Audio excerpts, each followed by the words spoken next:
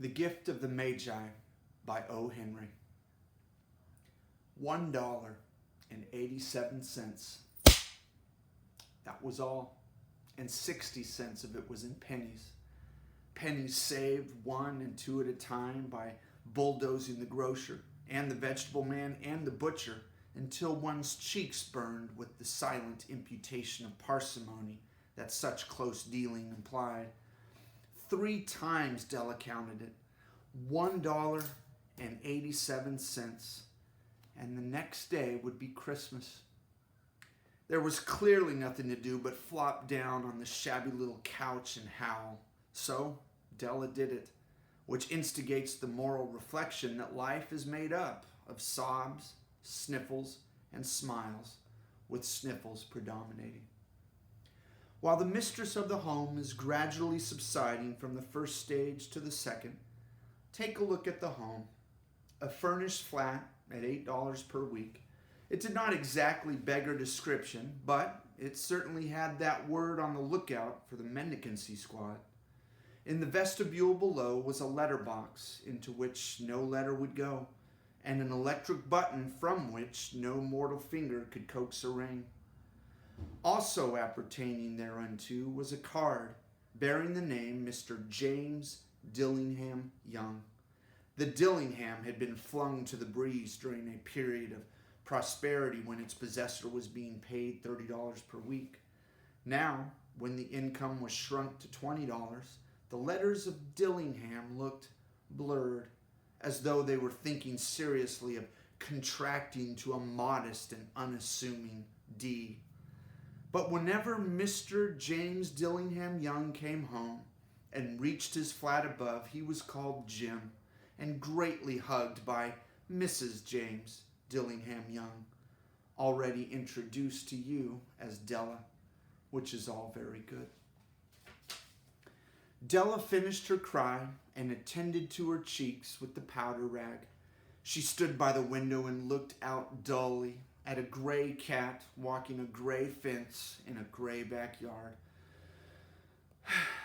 Tomorrow would be Christmas Day, and she had only $1.87 with which to buy Jim a present. She had been saving every penny she could for months, with this result. $20 a week doesn't go far. Expenses had been greater than she had calculated. They always are. Only $1.87 to buy a present for Jim. Her Jim.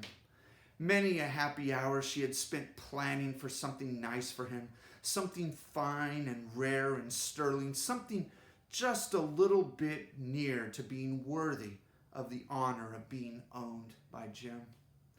There was a pier glass between the windows of the room. Perhaps you have seen a pier glass in an $8 flat. A very thin and very agile person may, by observing his reflection in a rapid sequence of longitudinal strips, obtain a fairly accurate conception of his looks. Della, being slender, had mastered the art. Suddenly she whirled from the window and stood before the glass. Her eyes were shining brilliantly, but her face had lost its color within 20 seconds. Rapidly, she pulled down her hair and let it fall to its full length. Now there were 2 possessions of the James Dillingham Youngs in which they both took a mighty pride. One was Jim's gold watch that had been his father's and his grandfather's. The other was Della's hair. Had the Queen of Sheba lived in the flat across the air shaft, Della would have let her hair hang out the window some day to dry, just to depreciate Her Majesty's jewels and gifts. Had King Solomon been the janitor, with all of his treasures piled up in the basement, Jim would have pulled out his watch every time he passed, just to see him pluck at his beard from envy. So now, Della's beautiful hair fell about her, rippling and shining like a cascade of brown waters. It reached below her knee and made itself almost a garment for her. And then she did it up again nervously and quickly. Once she faltered for a minute and stood, standing while a tear or two splashed down on the worn red carpet. On went her old brown jacket, on went her old brown hat. With a whirl of skirts and with the brilliant sparkle still in her eyes, she fluttered out the door and down the stairs to the street. Where she stopped, the sign read, Madame Sofronie, hair goods of all kinds. One flight up, Della ran and collected herself, panting. Madame, large, too white, chilly, hardly looked the Sofronie. Will you buy my hair? Asked Della. I buy hair, said Madame. Take your hat off and let's have the sight at the looks of it. Down rippled the brown cascade. $20, said Madame, lifting the mass with a practiced hand. Give it to me quick, said Della. Oh, and the next 2 hours tripped by on rosy wings. Forget the hashed metaphor. She was ransacking the stores for Jim's present. She found it at last. It surely had been made for Jim and no one else. There was no other like it in any of the stores, and she had turned them all inside out. It was a platinum fob chain, simple and chaste in design, properly proclaiming its value by substance alone and not by meretricious ornamentation, as all good things should do. It was even worthy of the watch. As soon as she saw it, she knew that it must be Jim's. It was like him, quietness and value. The description applied to both. $21 they took from her for it, and she hurried home with the 87 cents. With that chain on his watch, Jim might be properly anxious about the time in any company. Grand as the watch was, he sometimes looked at it on the sly, on account of the old leather strap that he had used in place of a chain. When Della reached home, her intoxication gave way a little to prudence and reason. She got out her curling irons and lighted the gas and went to work repairing the ravages made by generosity added to love, which is always a tremendous task, dear friends, a mammoth task. Within 40 minutes, her head was covered with tiny, close-lying curls, which made her look wonderfully like a truant schoolboy. She looked at her reflection in the mirror long, carefully, critically. If Jim doesn't kill me, she said to herself, before he takes a second look at me, he'll say I look like a Coney Island chorus girl. But what could I do? Oh, what could I do with $1.87? At 7 o'clock, the coffee was made and the frying pan was on the back of the stove, hot and ready to cook the chops. Jim was never late. Della doubled the fob chain in her hand and sat on the corner of the table near the door that he always entered. Then she heard his step on the stair way down on the first flight, and she turned white for just a moment. She had a habit of saying little silent prayers about the simplest everyday things, and now she whispered, please God, make him think I'm still pretty. Please, God, make him think I'm still pretty. The door opened, and Jim stepped in and closed it. He looked thin and very serious. Poor fellow. He was only 22 and to be burdened with a family. He needed a new overcoat, and he was without gloves. Jim stopped inside the door and, as immovable as a setter at the scent of quail, his eyes were fixed upon Della. There was an expression in them that she could not read, and it terrified her. It was not anger, nor surprise, nor disapproval, nor horror, nor any of the other sentiments that she had been prepared for. He simply stared at her fixedly with that peculiar expression on his face. Della wriggled off the table and went for him. Jim, darling, she cried, don't look at me that way. I had my hair cut off. And I sold it because I couldn't have lived through Christmas without giving you a present. It'll grow out again. You won't mind, will you? I just had to do it. My hair grows awfully fast. My hair grows awfully fast. Jim, say Merry Christmas and let's be happy. You don't know what a beautiful gift I've got for you.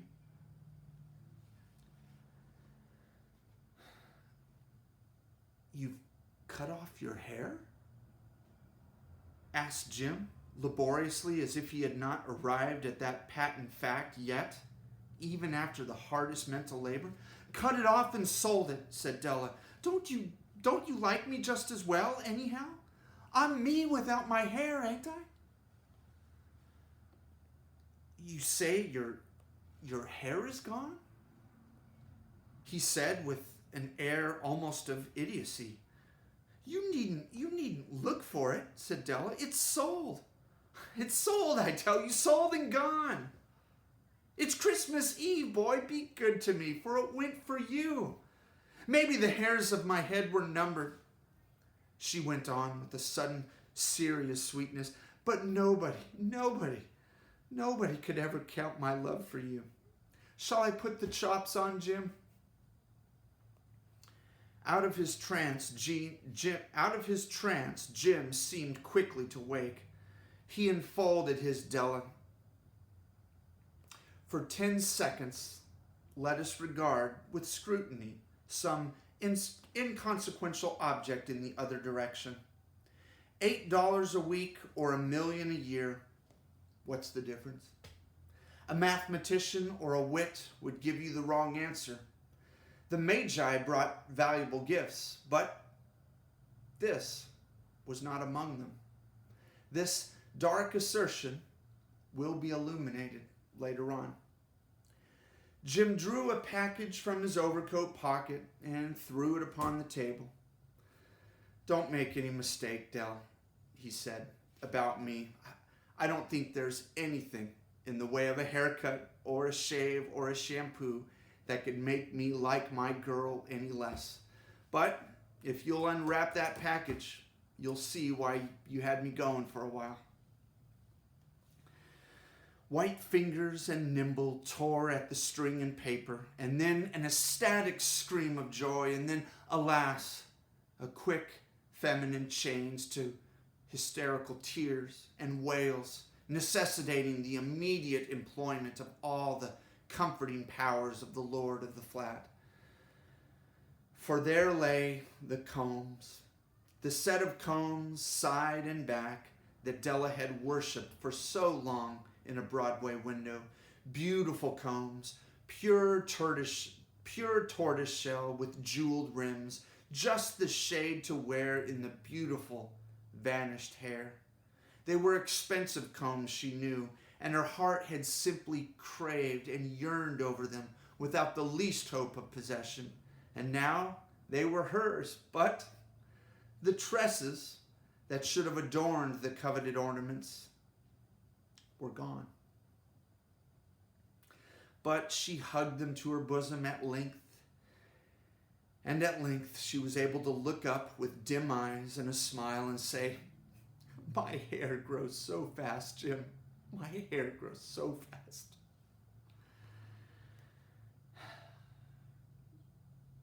And then Della leaped up like a little singed cat and cried, "Oh, oh!" Jim had not yet seen his beautiful present. She held it out to him eagerly with her open palm. The dull and precious metal seemed to flash with a reflection of her bright and ardent spirit. "Isn't it dandy, Jim? I hunted all over town to find it. You'll have to look at your watch 100 times now. Every day. Give me your watch. Give me your watch. I want to see how it looks on you." Instead of obeying, Jim tumbled down on the couch and put his hands under the back of his head and smiled. "Dell," he said, "let's put our Christmas presents away and keep them a while. They're too nice to use just at present. I sold the watch. I sold the watch to get the money to buy your combs. Now just suppose you put the chops on.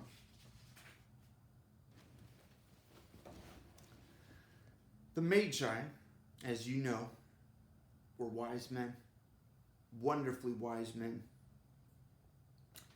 who brought gifts to the babe in the manger.